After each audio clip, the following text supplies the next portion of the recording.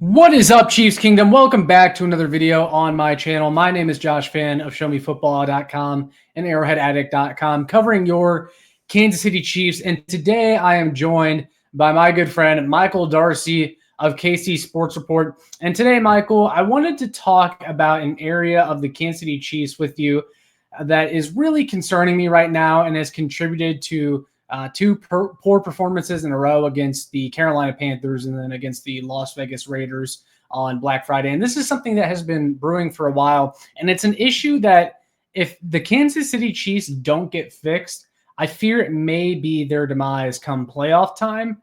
And that is, of course, the defensive side of the football, Michael, for the Kansas City Chiefs. So the Chiefs defense over the last season and a half has been an elite unit, one that this team has leaned on even when its offense has been struggling. Last year, when we left this Chiefs team for dead in the regular season because the offense was so bad, the defense still gave you that glimmer of hope and ultimately helped carry them to a Super Bowl victory last year. But since they lost their cornerback to Jalen Watson, Michael, the Chiefs defense has dropped all the way down to 28th in the league in EPA per play given up. They weren't even in the bottom 10 before Jalen Watson's injury, and they just continue to plummet since then. And I think we've seen a large enough sample size at this point to say that the Chiefs defense simply isn't the same without Jalen Watson. His injury made a big impact. The Chiefs defense has taken a step back, and I would even go as far as to say that they've been bad over the last 4 or 5 games. And, this offense, they're going to get some reinforcements. I'm not as concerned about them. They've got guys coming. Hollywood Brown, we think, is close to a return. DJ Humphries should be hitting the field soon. You got Isaiah Pacheco coming back, getting healthy. But the defense, man, that is the part that concerns me. Michael, where are you at with the defense right now? On a scale from 1 to 10, how concerned are you about the Chiefs defense? Oh, man. On a scale from 1 to 10, I feel like the answer has to be a 6 or a 7. And the only reason that I'm a little bit cautious is because you mentioned the EPA. The EPA being 28 is bad, but also the final 2 minutes of football games have been horrible for this Chiefs defense. They went from being a lockdown defense to where if another team had a ball or had the ball with under 2 minutes to go, Chiefs are locking it down. But this year, and specifically over the last couple of games, I mean, look at the Panthers game, look at the Broncos game, look at the Raiders game. Those are 3 examples of where the Chiefs defense folded in the late minutes of the fourth quarter, and those teams drove down the field, and 2 of those teams should have won. The Broncos should have won. With ease. They drove down the field with ease. With ease. And the Broncos should have won on that kick. The Raiders should have won on a kick. Yeah. And the Panthers went down the field and tied. Well, it's kind of crazy. And they got it. And sorry to cut you off, but it's kind of crazy because you look at the Broncos game and the Raiders games. I feel like those are games, those scenarios, 99% of the time, the team with the football in that scenario wins the game. And somehow the Kansas City Chiefs won both of them. It's really miraculous. It's lucky to a certain extent. I know that everyone's like, I don't think the blocked field goal is as much luck as this one was. The one against the Raiders felt like, dude, they're driving with a chance to win the football game. They had to do was run down the clock, really. They had to run one more play, and then they were going to kick the field goal. Well, and why are you throwing the football? Run the ball. Yeah. You have a timeout. Why are you throwing the football in that position? And so the Chiefs got lucky, and they escaped that game with the win. But the Chiefs defense folded in that situation. They were going to kick a walk-off field goal. Now, it was no guarantee. Carlson probably would have missed it, but I still think you saw an offense with Aiden O'Connell move down the field on this defense, and that is a concern because teams are targeting that number 2 cornerback spot. Well, it did feel kind of like the Christmas Day game from last year where it's like every time the Raiders offense needed to do something, they did it, even if they overall weren't great for the day, if that makes sense. Last year they beat us with Aiden O'Connell only completing like 3 passes or something crazy like that. And then of course he almost did it again, although he had a better completion percentage in this game and actually completed a pass in the second half of the football game. But you bring up that cornerback position, and I think that's one of the biggest reasons why we've seen this defense take a step back. The guys behind Jalen Watson simply are not good enough. And it really makes me wonder why Brett Veach did not make a move at the trade deadline. I know everyone says, hey, someone has to agree to actually trade with him, and I get that, and I know they made a run at Marshawn Lattimore, and then they got outbid by Washington, but surely there was someone else out there that you could have gotten, because Najee Johnson, Joshua Williams, and Chris Roland Wallace just really are not getting it done. And we even saw Najee Johnson get benched in this Raiders game after he gave up just one too many big plays. And everyone was kind of trying to be optimistic about Najee Johnson. I know after the Panthers game, people were flashing his PFF stats saying he's playing better. But in that game, even there were a few times where the receiver had a step on Najee Johnson and they dropped the football, and then his stats would have looked a lot worse. I'm out on Najee Johnson. I don't think he has what it takes to play real snaps at cornerback. And I don't know how you fix it. Like, I don't know what the fix is, Michael, to the cornerback position. Like, I just don't see anyone on this roster that is going to elevate their play out of nowhere. They just put in Joshua Williams from being benched, and he was better than Najee Johnson. So it's like, why were they doing this with Najee? Hoping that he was going to turn it around for the playoffs? Like, I don't understand that thought process. Like, go with the better guy. Joshua Williams is better than Najee Johnson, and he's no world beater out there, but he's not as bad. You know, the answer I thought was probably going to be the cornerback from the Saints, whose name's eluding me right now. Marshawn Lattimore. Marshawn Lattimore. They were going to trade for him, and the Commanders gave up way too much draft capital to go get him, and so that kind of killed the Chiefs. The Chiefs have not, been interested in anybody else at the position, and it kind of just felt like the ball didn't bounce the Chiefs' way in that aspect. Like, if they had Marshawn Lattimore on this team, I think that the defense, man, it would have been scary, but we just aren't in that position, and we're going to have to hope that Joshua Williams can find something in his game like he did in 2022, that AFC Championship game, because if not, we're cooked. Well, everyone always asks, how does the Chiefs defense get so much worse after simply losing one guy in Jalen Watson? And I think, one, the depth just wasn't there. I mean, there's just a huge drop off. But secondly, you have to compensate everywhere else. It makes you worse everywhere else, because then you have to stick Trent McDuffie on the outside a lot more, because that's where Jalen Watson was. You don't have him. McDuffie is not winning as many of the matchups against the bigger receivers on the outside. And then, you're sacrificing coverage over the middle of the field, and you have to move linebackers around. And it's just a chain reaction, and it makes the defense all around worse. But I'll tell you what, Michael, the pass rush also is not helping out the Kansas City Chiefs either. We know that the secondary has their holes right now, but this was a unit, the pass rush, that we thought was going to be pretty solid this year. I mean, they were second in the league in sacks last year. I believe that was the second year in a row they finished top 2 in sacks. And they returned most of the same guys. And then you have Charles Omenihu coming back off of injury. And he did look good against the Raiders in the limited time that he played. So maybe that is a reason to be optimistic going forward. But even then, the edges really just are not getting it done. The guys like George Karlaftis, Mike Dana, FAU, they're not winning enough of their one-on-ones at the edge. And everyone wants to criticize Chris Jones. They're quick to criticize Chris Jones, saying, he has however many sacks, but he leads almost all defensive tackles and pressures, double team rate. Chris Jones is doing all the work. You have to look at the edges. Those guys are getting a bunch of one-on-one opportunities, and they're just not winning enough of them. And that was something that I was concerned about coming into the year, and why I probably would have signed another veteran defensive end. Now, they traded for Josh Uche right before the trade deadline, and I really liked that acquisition, but they're barely giving him any snaps.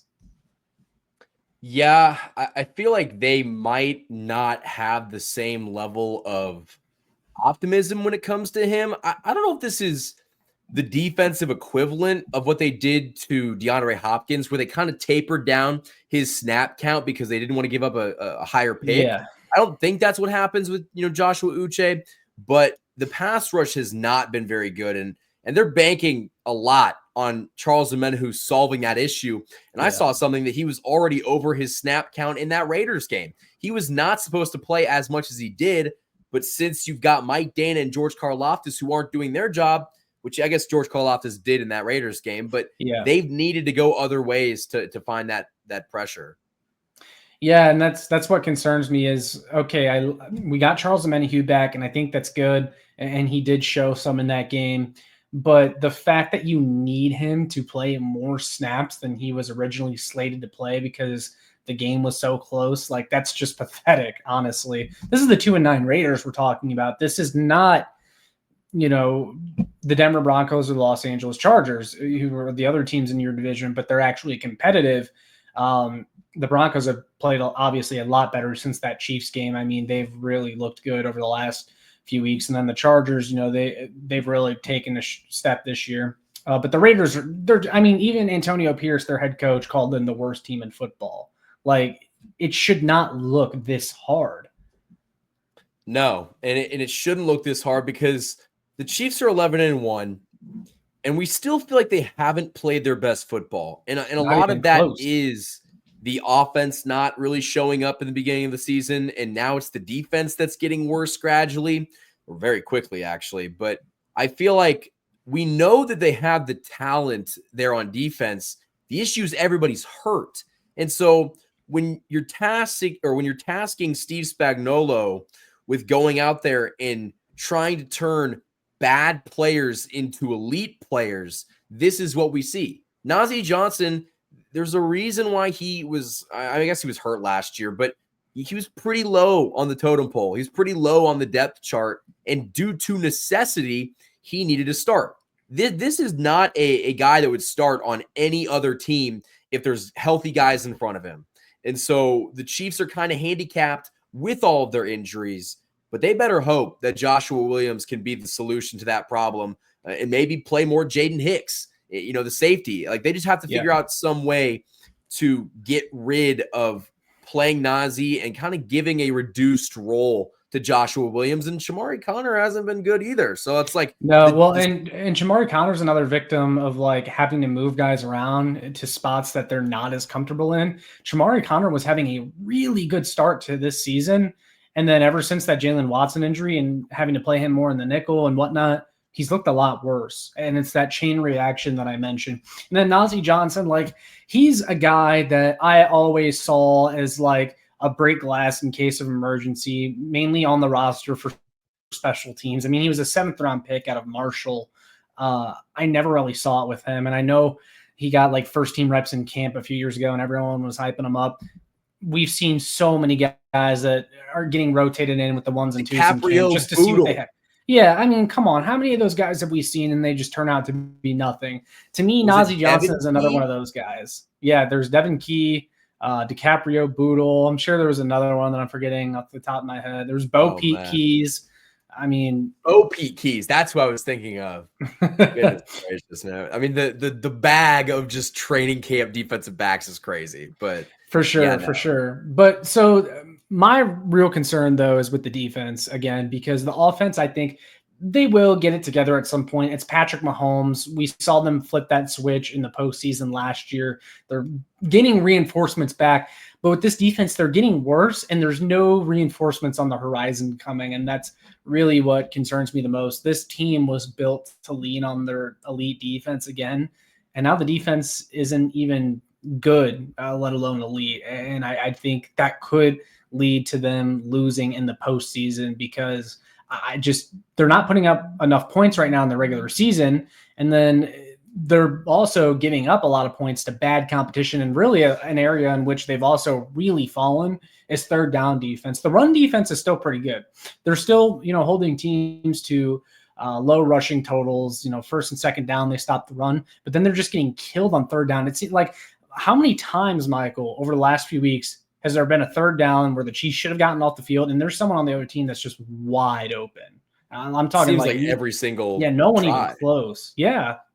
Yeah, no, it's unacceptable. And one thing to kind of give them a little bit of slack, I feel like we haven't talked enough about how tired they are as a unit. Sure. I mean, they're having to go out there and produce for an offense that has not helped them out whatsoever. And they've played, I mean, at this point, man, they haven't had their bye week since, when was it, before the 49ers game? Yeah. Like they have been playing a lot of football, and they're going to play 3 games in 10 days. Like, the fact that we are seeing them continue to chug along, continue to find ways to win, even though they're not visibly playing at full strength and they're tired, I think that is encouraging. but it just goes to show you how much they need that bye week because they just cannot function once we get to the playoffs. If we're in a wild card game, it's over.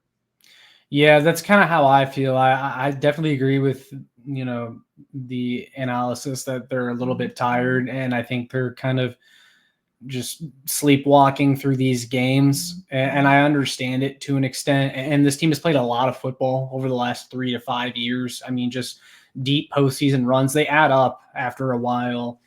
And that's why the bye week is so important. And that's why you can't slip up in these games, though, is because if you slip up anymore, the Bills will very easily take that 1 seed. They will run with it and they will not look back. And then all of a sudden you're going to be playing on wild card weekend. And going to Buffalo. Now we know we can win in Buffalo. I'd rather play that game at Arrowhead.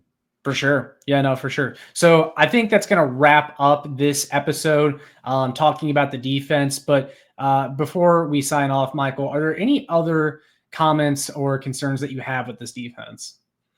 I feel like we addressed it. The pass rush has been shaky. The defensive back room, specifically that number 2 cornerback spot, has been where I'm more concerned as a fan because I feel like I've seen it happen week after week. They're getting worse. And, as you get in December, in January, this is when it gets real. And if this is the product they're putting out there, I mean, Josh, we need to see them playing their best football right now, not regressing. For sure. Yeah, you want to be playing your best football going into the postseason, and it just doesn't feel like they're headed that direction. But guys, those are our thoughts on the Chiefs defense, the side of the football that we're most concerned about right now. So with all that being said, make sure you like, share, and subscribe so more Chiefs fans can find this. And then, Michael, where can the people find you? You guys can find me on YouTube at KC Sports Report. That is kind of the one-stop shop for everything that we do. We've done content on Josh's channel, on my channel. And so if you guys want to see, what we're cooking on my channel, just go over to KC Sports Report. But Josh and I have been grinding, getting stuff out for both channels. And if you haven't done it already on here, hit that like button on this video and subscribe so you do not want to miss out on any of the content that we put out. There you guys have it, and that will be in the description. As always, make sure you check out Michael's stuff. You can see more of my stuff on showmefootball.com and arrowheadaddict.com. But that's it, and we will see you all in the next one. Go Chiefs! What's up, Chiefs Kingdom? Noah Gray here, tight end for the Kansas City Chiefs. Make sure you like, share, and subscribe to Josh's channel, and check out showmefootball.com for more.